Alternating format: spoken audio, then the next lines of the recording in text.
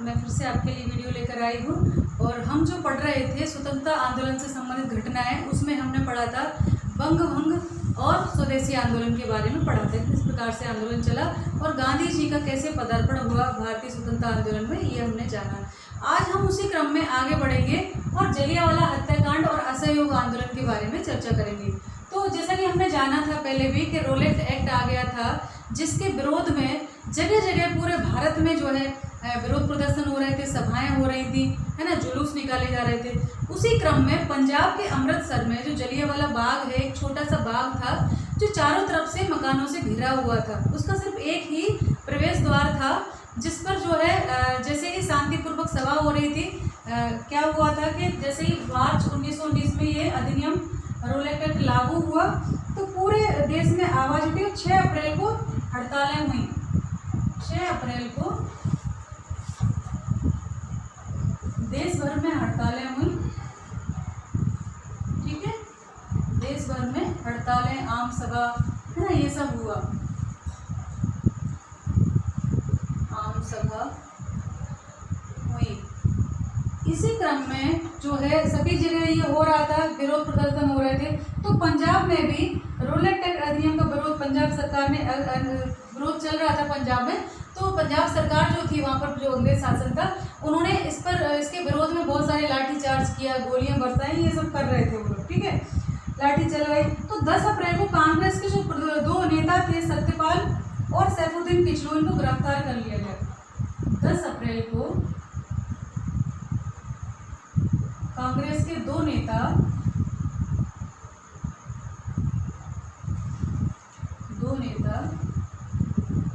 एक तो कौन थे, सत्यपाल, और दूसरे थे डॉक्टर सैफुद्दीन किचलू।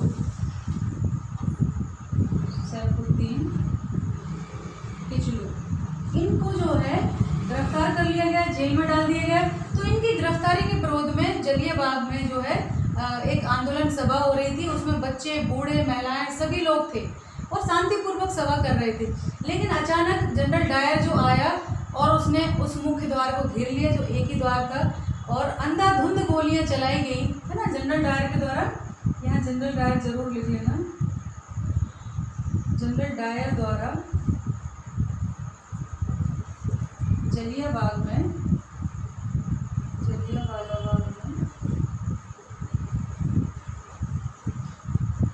बारूद खत्म होने तक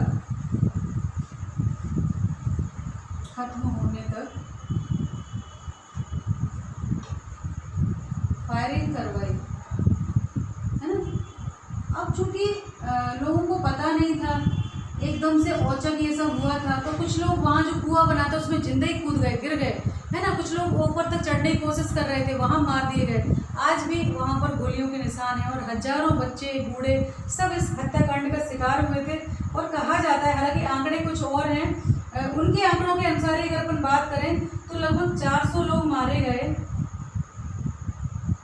400 लोग मारे गए और करीब जो है 1200 लोग घायल हुए। हालांकि बहुत ज़्यादा थे, 1200 लोग घायल हुए, है ना। हालांकि ये तो सरकारी आंकड़े हैं जो उन्होंने दिए थे, बल्कि इससे ज़्यादा नरसंहार उस समय हुआ था।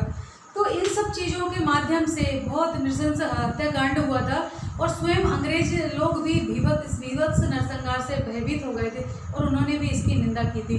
जो जनरल डायर था वो लोगों को इस सैनिक शासन से, अपनी पुलिस से डराना चाहता था, धमकाना चाहता था, पर ऐसा हुआ नहीं। पूरे पंजाब में और ज़्यादा पूरे देश में इसका विरोध हुआ और इसी क्रम में आगे चल के जो है असहयोग आंदोलन हुआ। तो अगला हम पढ़ेंगे, एक तो खिलाफत आंदोलन और असहयोग आंदोलन।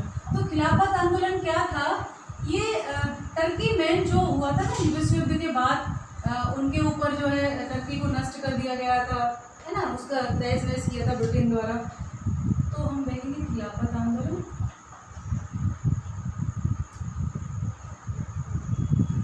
ठीक है, तो खिलाफत आंदोलन क्या था, 1914 में 14 से 18 के बीच में जो प्रथम विश्व युद्ध चला था ना, 18 प्रथम विश्व युद्ध में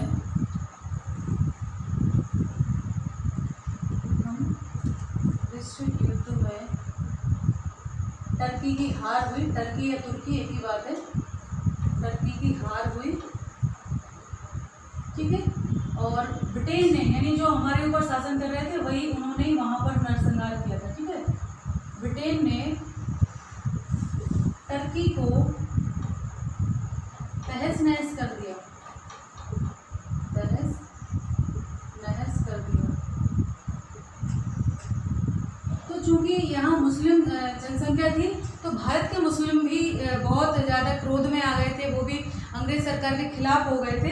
और भारत में दो भाई थे, वो थे अली और मोहम्मद अली और शौकत अली, मोहम्मद अली और शौकत अली।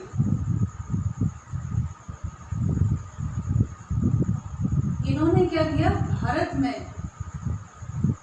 जो है खिलाफत आंदोलन चलाया।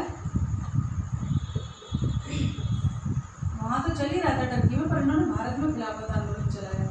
और जो कांग्रेस थी उसने इसका समर्थन किया, है ना, कांग्रेस ने इसका समर्थन किया क्योंकि वही सेम चीज़ें टर्की के साथ हो रही थी जो हमारे साथ हो रही थी, तो इसलिए इस आंदोलन का को चलाया और भारत, उसने कांग्रेस ने इसका समर्थन किया।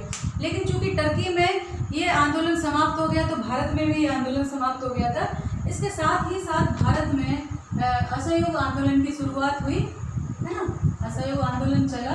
तो 1920 में जब ये हत्याकांड भी हुआ था 1919 में, तो उसके विरोध में बहुत सारा असंतोष था, तो कांग्रेस ने 1920 में असहयोग आंदोलन,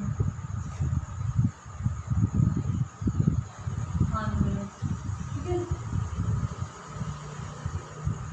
तो कांग्रेस ने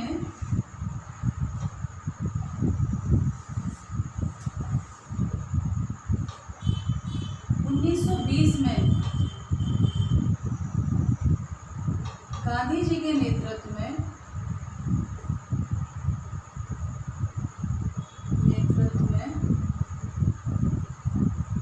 असहयोग आंदोलन चलाया।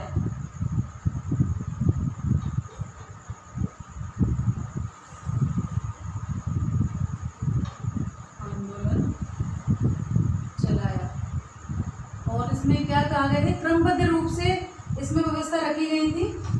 तो इसमें सबसे पहले रोलेट कानून का विरोध, जलियांवाला हत्याकांड का विरोध के स्वरूप में ये कहा गया था कि जब तक पंजाब को न्याय नहीं मिल जाता है और टर्की के मुसलमानों को न्याय नहीं मिल जाता है, या जब तक स्वराज की प्राप्ति नहीं हो जाती, तब तक ये आंदोलन जारी रखेगा जाएगा। ऐसी उसके साथ ही उद्देश्य के साथ ये शुरू हुआ था।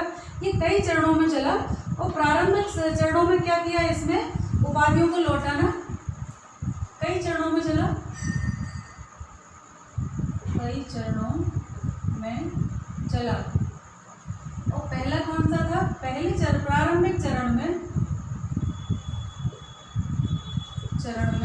क्या हुआ, उपाधियों को लौटाना, यानी जो उपाधियां ब्रिटेन सरकार द्वारा दी गई थी लोगों को, वो उपाधियों की वापसी, ठीक है। और उसके अलावा विधानमंडलों का बहिष्कार, विधानमंडलों का बहिष्कार, जो विधानमंडल थे उनका बहिष्कार करेंगे, चुनाव में हिस्सा नहीं लेंगे, ऐसा कार्यक्रम बनाया गया, ठीक है। और इसके साथ साथ 2/3 विधानमंडल के चुनाव में लगभग 2/3 मतदाताओं ने जो है मतदान में हिस्सा ही नहीं लिया, इनका बहिष्कार किया गया। इसके अलावा और क्या किया गया, शिक्षा संस्थाएं जो है वो खाली हो गई, सब लोग वहाँ से वापस आ गए, शिक्षा संस्थाएं खाली हो गई। और क्या हुआ, जो बनारस हिंदू काशी विद्यापीठ और जामिया मिलिया, काशी विद्यापीठ और जामिया मिलिया,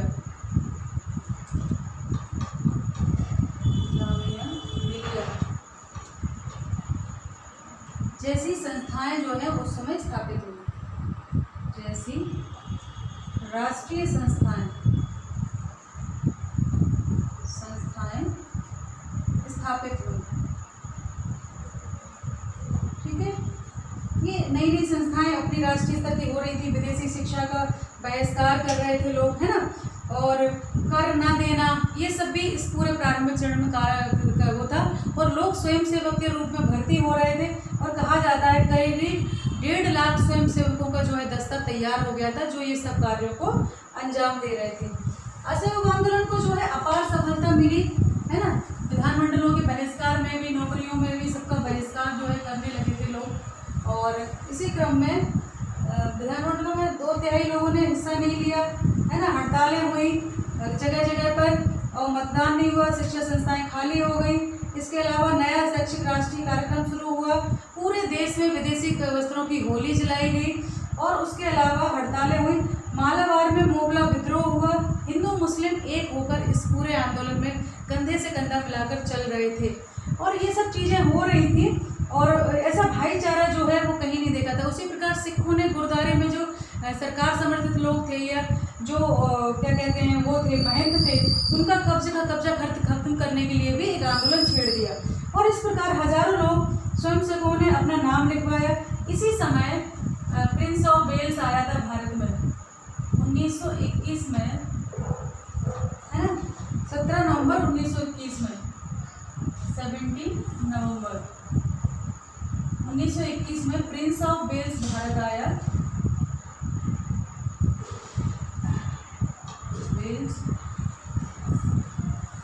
भारत आया तो भारत में जो है हड़तालों के साथ उसका स्वागत हुआ, सभाओं के साथ, जुलूस के साथ, विरोध के साथ उसका स्वागत हुआ। तो इस प्रकार से बहुत बड़ी संख्या में अनेक जगह पर पुलिस प्रदर्शनकारी जो थे वो गोलियां चलाई, दमन जारी रहा और साल का खत्म होते होते गांधी जी को छोड़कर बाकी सभी जो नेता थे वो सब जेलों में बंद किए जा चुके थे। सब कुछ अच्छा चल रहा था, लेकिन अचानक से फरवरी के आरंभ में, गुजरात के बाद फरवरी में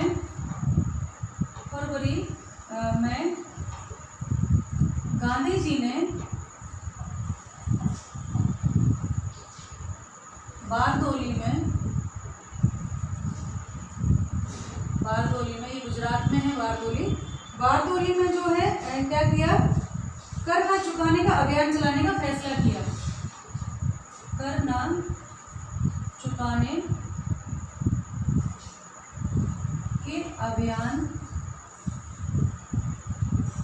का फैसला किया। ठीक है, इसी क्रम में उत्तर प्रदेश के चौरा-चौरी नामक स्थान पर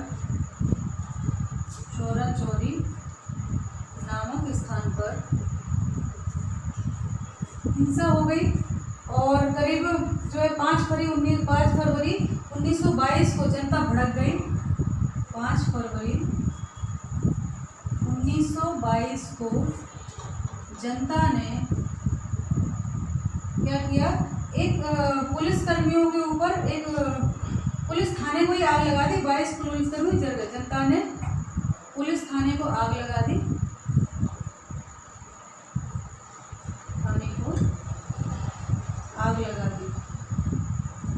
ठीक है, और इसमें 22 पुलिसकर्मी मर गए। पुलिसकर्मी जलकर मर गए।